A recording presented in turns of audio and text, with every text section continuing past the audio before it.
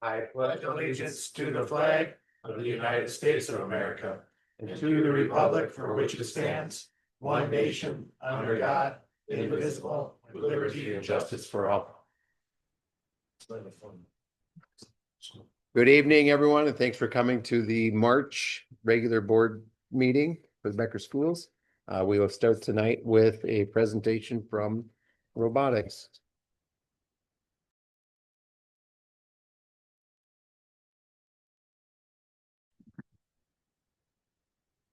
All right, good evening. It is now. Here we go. My name is Alex Urick. I'm the head coach of FRC 4607. This is Becker's varsity robotics team. We've got our roots all the way back in 2012. I'm going to let Kirsten get set up for a bit, and I will kind of go through a little bit of her history while she does that. She just needs to connect to the AV here. People always ask, what is CIS? It's a coalition of independent students. Why CIS? The group that we had back in 2012, we had 9 seniors, and they were rabid Star Wars fans. And they thought that having something tied to Star Wars would be appropriate. We weren't really attached to the school at all at that time. It was more of a community-based team. And Mr. Mayor Kolbanger and myself thought we'd just work out of our shop and see if we get things put together. We didn't know the impact that we'd have, not just on Becker, not just on the kids that were in that room that day, but really throughout central Minnesota. And now this team has reached kind of nationwide and even worldwide prestige. We have and host 5 different training events, 3 of them which are with Medtronic. They have theirs in Denver, obviously Minneapolis and Boston. And then we have started in NDSU, St. Cloud State. And then this year, the brand new one was at the University of Minnesota, Rochester. Throughout all that, it's about 1,000 students that are trained in robotics every year. We've been very successful. I owe that a lot to the support of the community.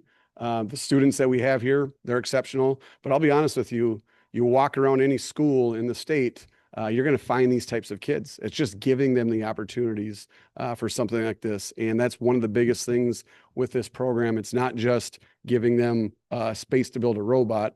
It's giving them opportunities to become leaders. It's giving them the opportunities to really enhance their skills and what they want to do, and then also giving them the support. So I'll turn it over now to Charlie and Kirsten.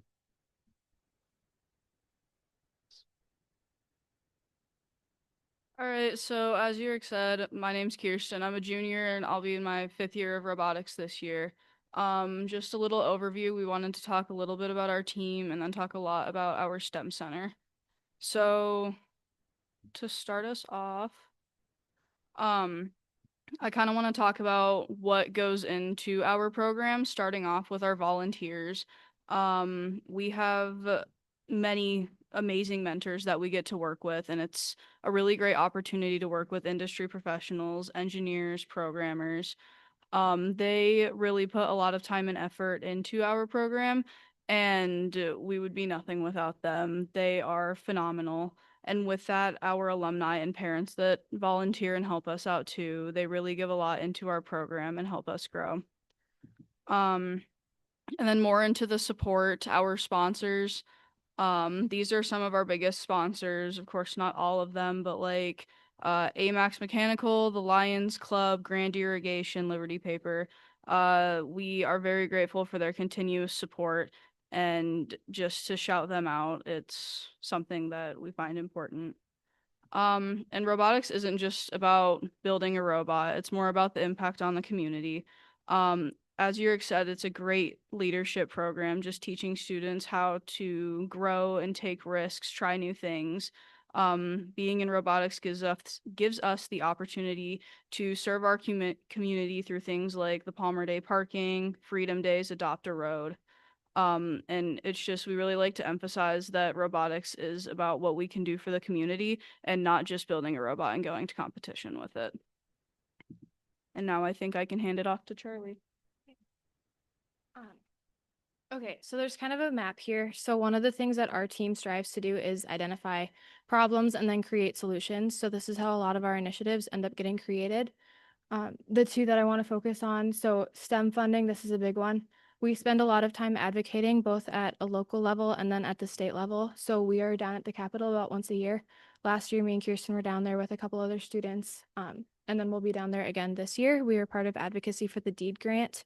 We had a student actually go up and testify. So that was a really good experience for him. So then when we start talking about the STEM Center, kind of the process that took us to identifying we needed that space. So we'll talk about this more in the presentation, but schools have swimming pools and hockey rinks kind of litter Minnesota.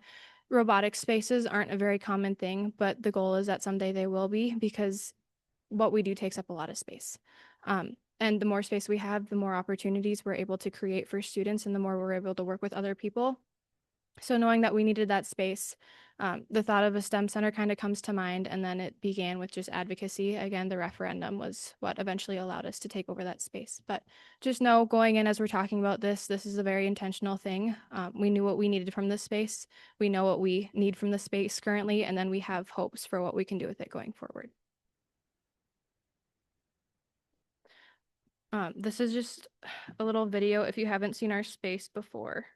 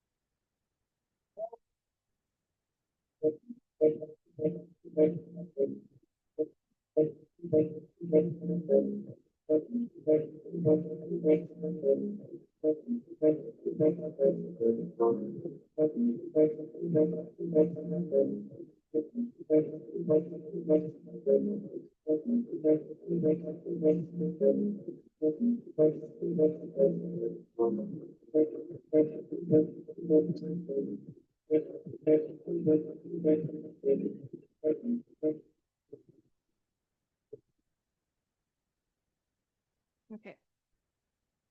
I don't know how Max works.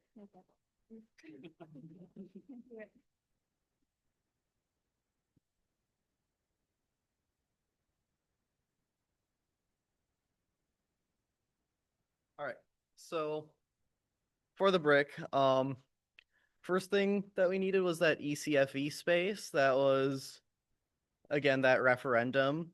Then a lot of work goes into actually creating and maintaining this space. So those 4 mentors that you saw in the video, they put a lot of hours into creating that field. It is a nearly exact replica of the CAD of the competition field. They put a lot of time and effort, so hundreds of hours is what we think. So, yeah.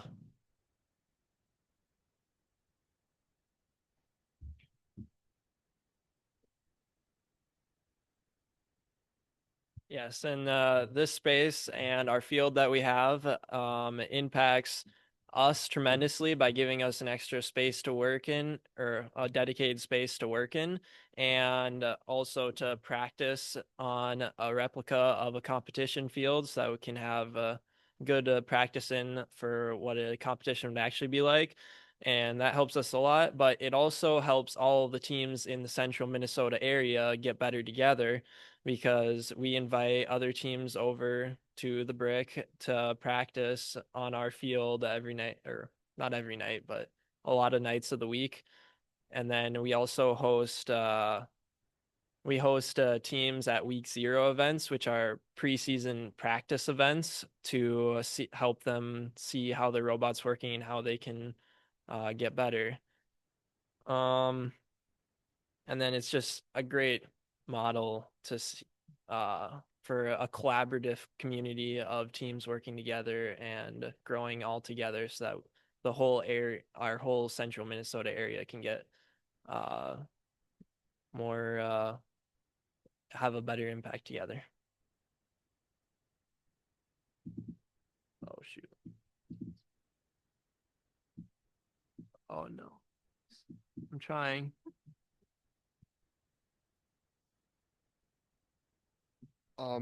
We have helped over 21 teams just going to our brick, and we've helped 15 teams just this year. In the past 2 weeks, we have 15 teams at our brick and more showing up every day.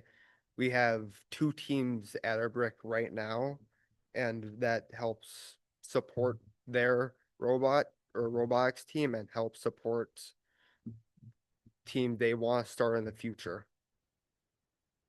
The opportunities grow. Currently, the future need is equipment upgrading.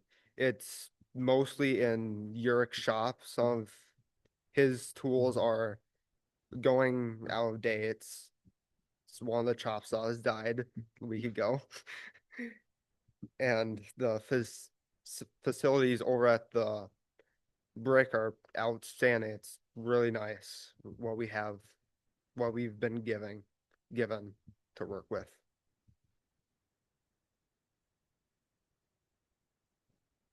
Thank you guys for helping provide this space for us and get teams and our team to help impact the community around us. And we actually have students over at the brick after the meeting. If you guys want to come over there, it's at the ECFE building, and there will be students building and testing robot on the field. Yeah.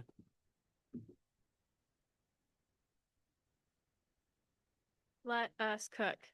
So, one of the big things with Becker Robotics, this is kind of coming to be understood in the community, but we do a lot of things. We have a lot of different programs. We make a lot of impact. That's kind of our goal. So one of our asks for you as a school board is just to kind of let us cook. If you see a way to support us, great. If not, please ask questions. Be curious about what we're working on. If there's a way that you can think of that you might be able to support the programs that we're doing, invite more kids to things like Unified Robotics and our younger programs, please do.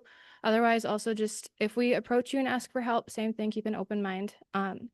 We have reasons, I guess, yeah, for the things that we do. So we are happy to have conversations about those things.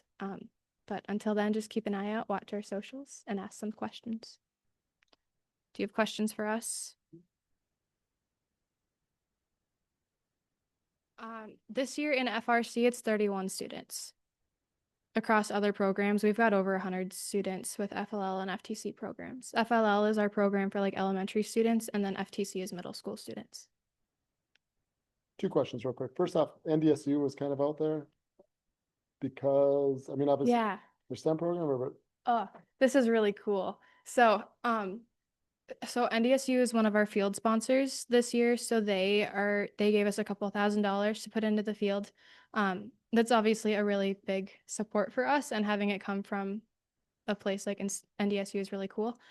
It's also really cool because Urick is the one that headed up getting that sponsor, and he runs a spreadsheet that tracks where all of our graduates end up, and it just so happens that about half of the graduates of this team have ended up at NDSU. So It feels like that. It's definitely the largest college that the students go to. I should say it's the one that we send most of our kids to, followed up directly by the University of Minnesota, then UMD. Sadly, St. Cloud State just doesn't attract a lot of our students.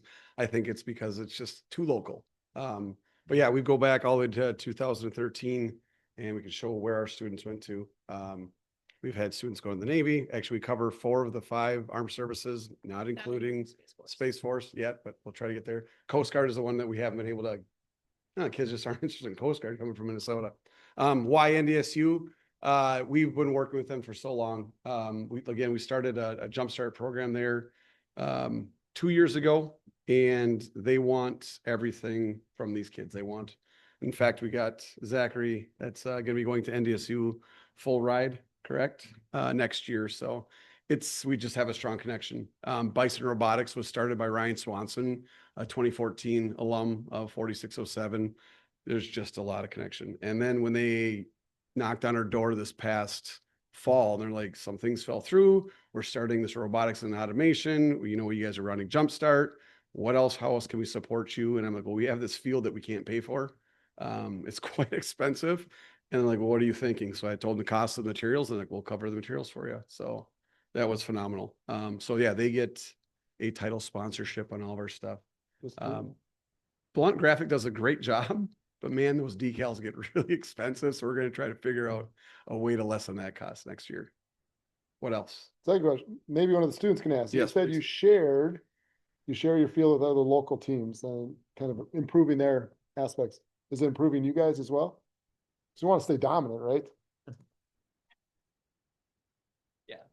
Okay, robotics kind of has a mindset of actually helping each other get better. It's more of a collaborative, get better together sort of thing. Than we obviously like to win, but But I mean, are you finding yourselves getting better? yes, as a consequence of collaborating more with other teams, we get better as a group, as our team gets better because we get to collaborate with other teams and get to know like their best practices and how they do better.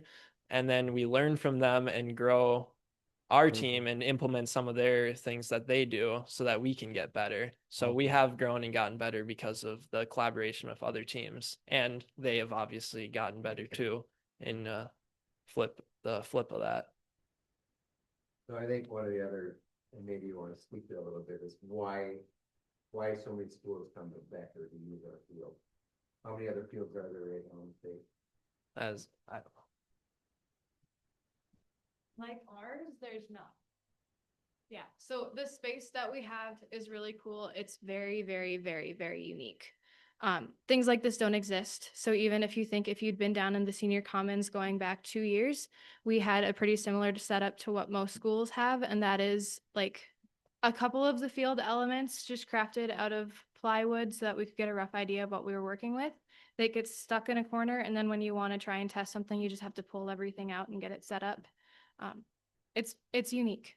It's very unique. And again, the whole like ice rink pool thing comes from Uric because he has a thing for like analogies and acronyms and metaphors and all that. But it really is, this is a new thing. And one of the huge, well, I guess new cool example, right? St. Michael just passed a referendum, so they'll be getting a STEM center. Do you want to talk about that more? You know more about that. This is just the next natural step in competitive robotics and STEM in Minnesota. This isn't a unique idea to Becker. We borrowed it from Minneapolis Urban Robotics Alliance, and they have a facility in an old abandoned school right down in North Minneapolis. It's interesting taking our kids from Becker down to that neighborhood, ushering them as fast as they can into the school. And it's not a joke. It's trying to get them not on the street.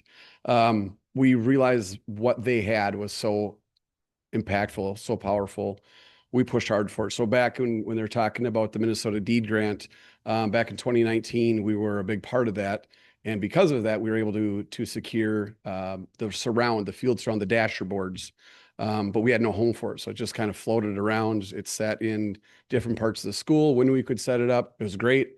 But it takes about 150 to 250 man hours to set up this field, depending on the year. It just takes a lot of yeah, it's a lot of time.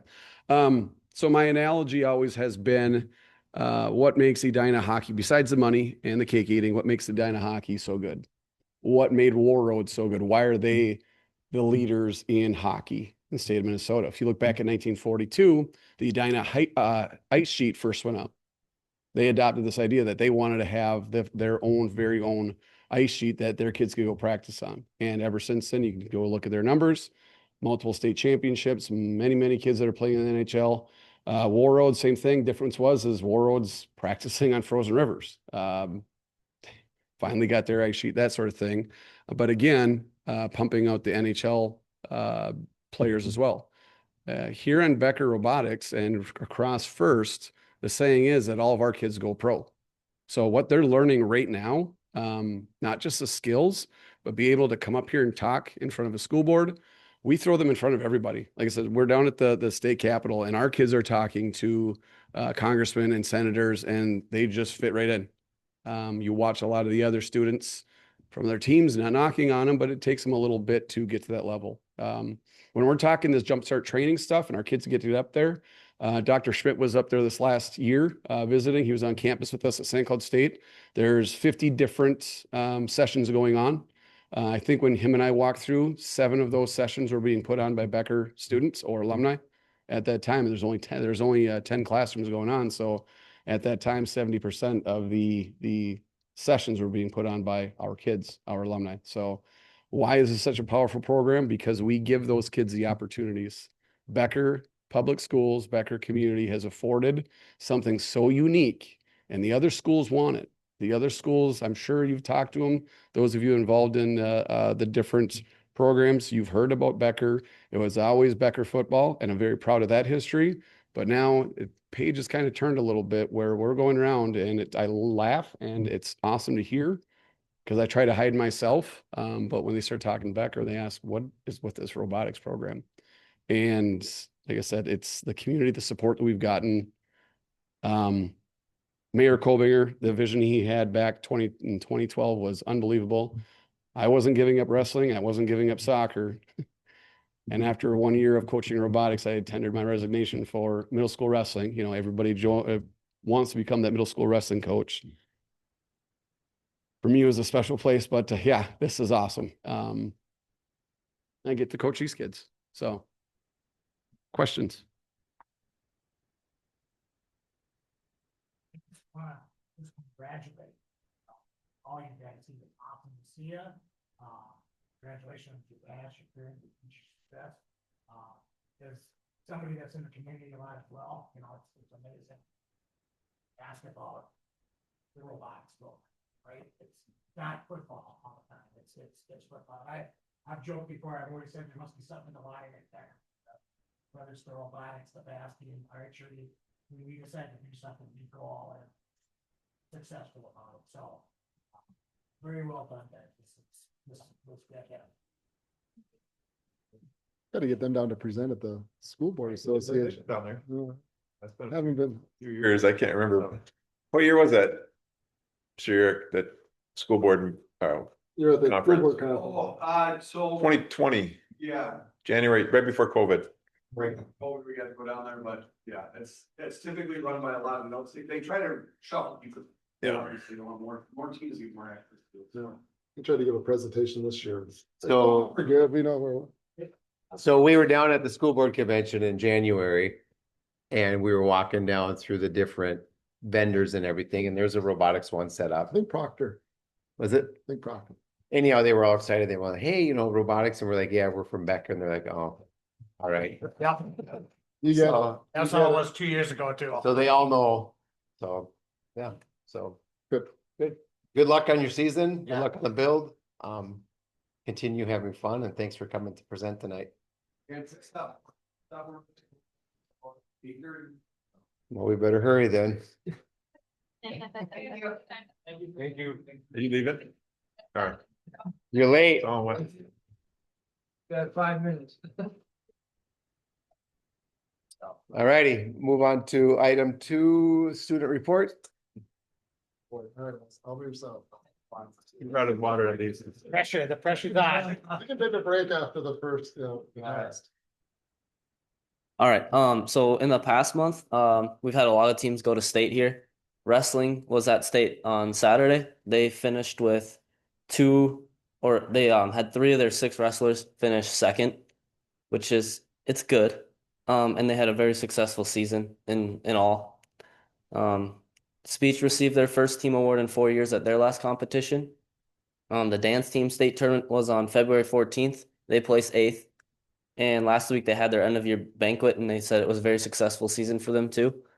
The gymnastics state meet was last weekend, and they competed as a team on Friday and individually on Saturday. They placed 4th as a team despite having several injuries, which took out 2 of their very good gymnasts. Archery has been competing in tournaments across central Minnesota every single weekend.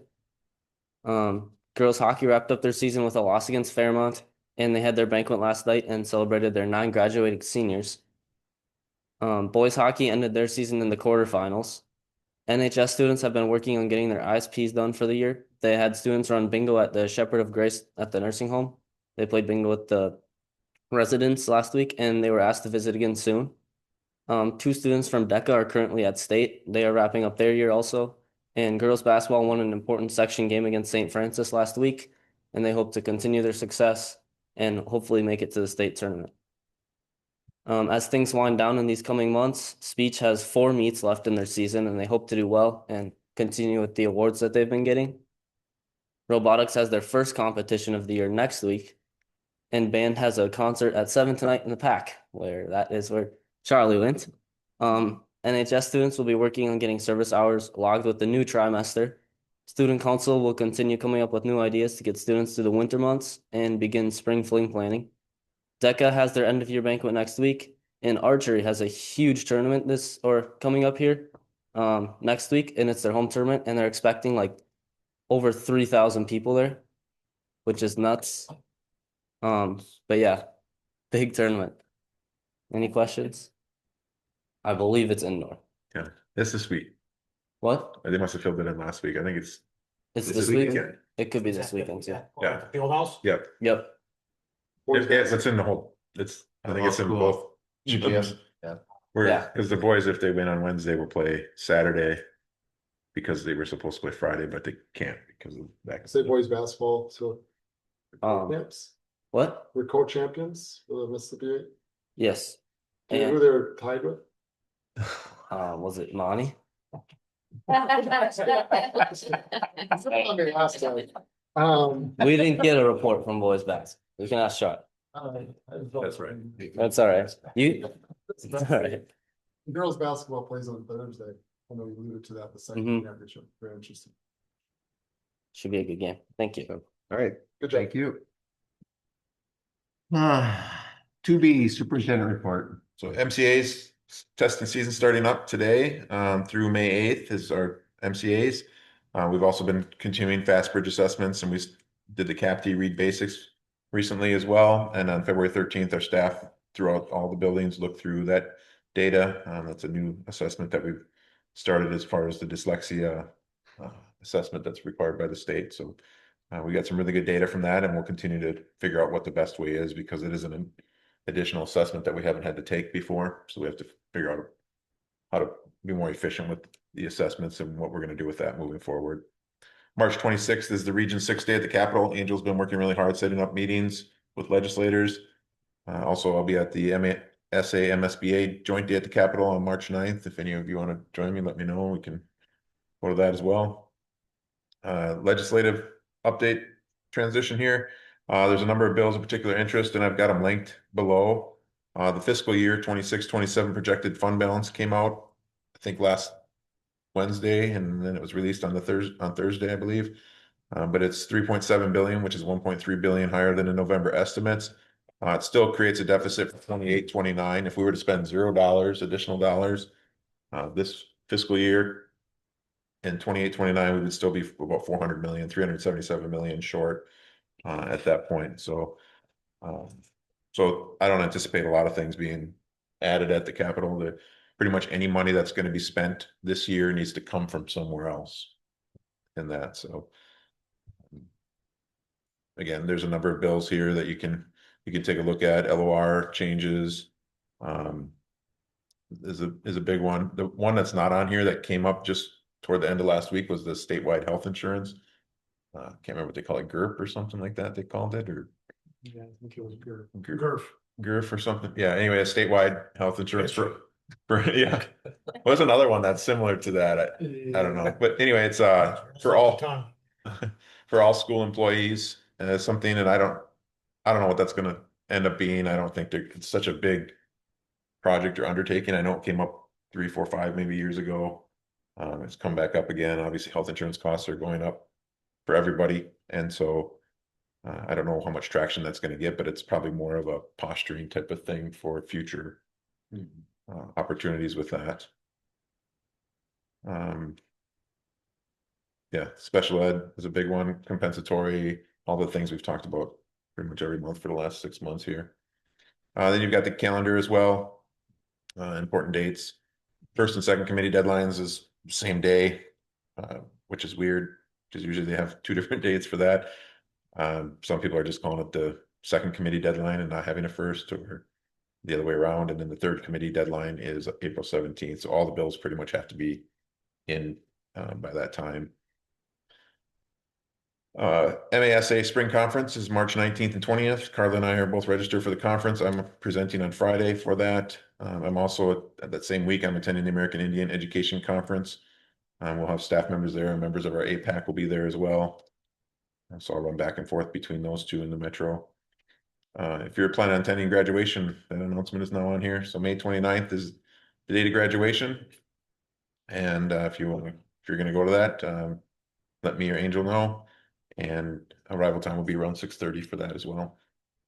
And then finally, Rick and his team have been working hard with scheduling summer projects this summer, starting in May, I think May 9th, whatever that Monday is, close to May 9th. We're going to start roofing projects on the high school. We're going to start over the gymnastics in the gym area, so it shouldn't impact with noise and things too much. And then a big chunk of our roofing on the high school is going to be done, and there will be some smells associated with that and things. We also met this morning and talked about the tennis courts, redoing those this morning. So the south courts will be resealed and recolored or repainted, and then the north courts are going to be redone totally, because there's some pretty big cracks and holes in that court. That's the one where that crack runs from the old light poles, the conduit that was running through there. So hopefully that will be remedied and not be worried about it anymore in the future. Any questions? That House bill about maybe limiting school lunches, you think there's any traction there? We had a meeting last Friday, a legislative meeting, and the thing about that is it's really the governor's, it was like his thing. Yeah. So I just don't see that being changed. It would make sense to me anyway to graduate those types of things out. So if you're making $500,000 a year as a household and you got 3 kids, you should be able to pay for your lunches. So you're making 150,000 even, and you got 1 kid, that would make sense. I think the numbers, this is my own opinion, but I think the numbers originally were so low, like for the income guidelines, they needed to be raised up Yep. for I think we'd all agree. with that families. Like here. you could only make like $40,000 with a family of 4, and that was just to get free lunch and below. And if you made 42,000, you had to get free or reduced price lunch. I think that number needs to go up to some other number, whatever that 80,000. Find a number, but Yeah. So yeah, we don't see that happening because it was the governor. I mean, the governor's gonna have to change his mind on one of his key projects. He thinks it's great. It's not going anywhere. It's a hard argument Yep, I was just, funding for it's gonna get tougher and tougher. for sure. 300 and some million. It's a lot of money. Yeah. Yeah. All right. Committee reports. Pete and Connie, you have activities? So we met last week on the 23rd of February, and we mostly talked about the participation in activity fees and how to go about raising those. And so we still are kind of wanting a little bit more information on how do we make that decision, and not just because all the schools are at this level, but where do we need to be to I know it's not going to ever pay the total cost of activities, but is there some type of percentage or something that we can kind of go by? So we're waiting on that information, and that was kind of it. Did I miss anything?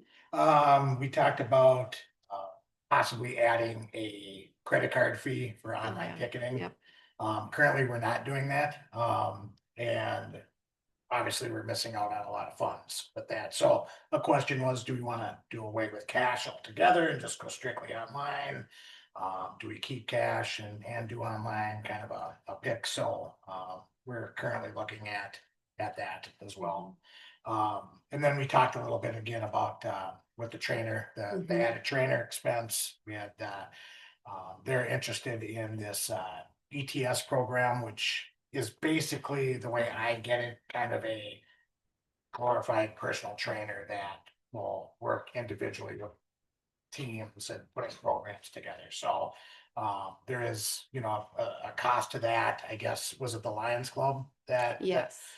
The Lions and one other. I think it was Clear Lake Lions and Becker Lions. So they've Paid for paid most now of for it. the next 3 months. Right. Is it 6 months? But Uh, they actually paid for it, so we can get a little bit better sampling test of who's gonna use it, Right. what they can do. And also this would be open up to all students that wanted to use it, which was, So then that adds to the whole activities fee too, Yes. because it's not totally for activities, it's for any student that wants to use that weight room. So then it's like, well, then do we include that in on how we figure activity fees, or, Yeah, but you could say the same for the tennis courts or anything else we have around here. It's mostly for the athletes. Mhm. right. I mean, True, yeah. we don't have a weight room for the non-athletes to use. It's there for the athletes to use and get better. Mhm. We don't have a tennis court because we want to, it's because tennis athletes, so it's. Yeah, And then there was, as this person gonna just work strictly with the teams, they're only, was it 15 hours a week? Mhm. So it's not a lot of time, I can't imagine, for any kind of individualized help, as it was kind of pitched, but looking forward to more information as the program, they get to use it, experiment with it, so. I do have. I like the credit card fee option. Unless your only option is use a credit card, then I think it's kind of robbery to put a fee on top of Yeah, it. I think that was. If the only option is to use a credit card, then you can't charge me for using a credit card if that's the choice we make, but. There's a lot of elderly people that struggle with the online payments. Right. Yeah. That's why I was gonna, be probably good to go all that way, but be ready for a lot of pushback and like you said, elderly people that might not have started attending some games because they just don't want to do it. Too much We headache. talked about a slow transition out of it, where you still have the cash, because it's the cash box carrying that around. It's- And- So many places go without it. Yes, right? either way, that looks. You go to the state tournament, it's a cashless event. Like Yeah, it'd be a slow transition. But everything. Everything is when the cashless. community, there was that $40,000 number, do you remember if that was where those fees, those online fees came from? That was community ed. Oh, it was a community ed, so there's a lot of dollars being left on the table. All of the fees 70-something. are 71,000 $71,000, okay. for everything. Hmm. Food service, athletic, the events. Yeah. I mean, Credit card fees aren't anything new. at this point. No, but you're starting to find places though, even like restaurants, right, that you have a cash amount and you have a credit card amount because you have to cover the fee. Yeah. I'm not new either, and that's a. And that's what we talked about too, is that a Yeah. lot of places are Yeah. bringing it back to the consumer and Yeah. making the consumer pay it. There's no cash boxes always. Mhm. It's a lot of work by the activities. Yeah, department. I struggle because we want more people to attend. We don't want to make it harder for them to attend. You know? So, all right, thank you too. Ryan, you have a community ed? Yes, actually, a lot of that stuff we spoke about, we met on Tuesday, February 10th, and so yes, the community ed fees last year were $40,000, so now they're setting it up and with their new registration program, ARUX, which is just coming online now. They have an option you can pay like with a online check where there's no fees, or a credit card where there'd be a fee. So at least you have an option to not pay the fees. Again, we talked about the ETS thing and community ed is working directly with activities to try to figure out how to make that happen throughout the year if it's a success. So some sort of community ed program in the summer, and then during the school year, like the activities department would work on it. Just a lot of more good things going on. Our winter participation numbers are up 40 from last year, so it's like 5%. We will be offering all day pre-K next year as an option at ECFE. And then Camp Opportunities working on their summer planning. They're gonna have 160 kids in their program this summer, which is good. They're using the space. I think they could probably get double the kids if we had the capacity, but we just don't. But it's good. It's a good program. So everything's moving in a really, really good direction. I know I say that every time, but we've always got notes and it's organized and there's always positive movement. So it's kind of fun to see. Yeah, she's doing really well. Yes. For that, She's got the, and she's with the Iraq, what's it called? The A-Rocks. Iraqs, yeah, so. we did the early education open house last Thursday, I believe it was. It was super well attended. Got to play Play-Doh with a lot of kids. Fun. And she's met with me like 6 times already, just kind of see where she's at towards her budget, so. She's on top of it. Good move.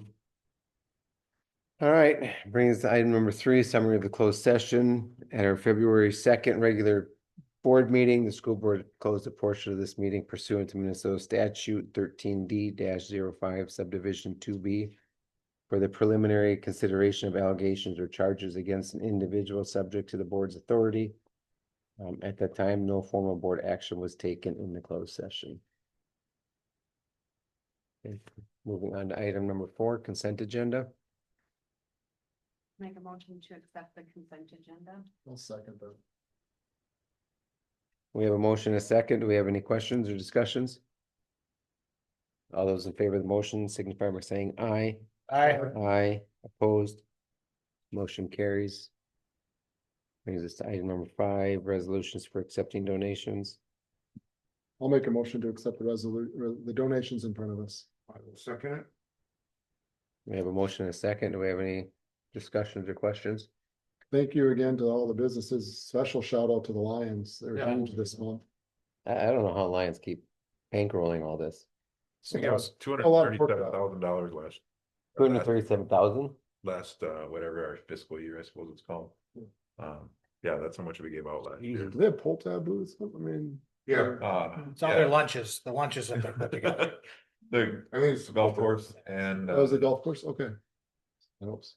there's one other one. There's people we know that really. They have one at the Brickyard. Do they Nope, maybe have yeah, backs that's- up pull tabs? They do. Yeah. That's probably us. I bet that's us. Okay. And then we have meat raffles. Regardless. Yeah. All right. All those in favor signify by saying aye. Aye. All opposed. Motion carries. Brings us to item number 6, discussion of the April school board. I need everybody to pull the calendars up for this one. But if it's not a problem, we can have it that day. It's the Monday after Easter. We don't have school is the only thing. It's a work day. So Kevin and I'll probably be here. I'll be here. I don't know if Kevin will. I mean, it's really up to probably a work day for everyone else. No. For me, who knows? Is everyone okay with meeting on Monday the 6th?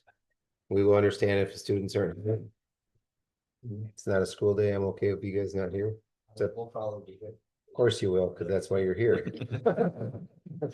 But Okay, let's keep it. so we'll just keep it at the 6th then. Yep. All right, brings us to item number 7. This meeting is adjourned. Thank you all for coming. I'll see you all over at the Brick.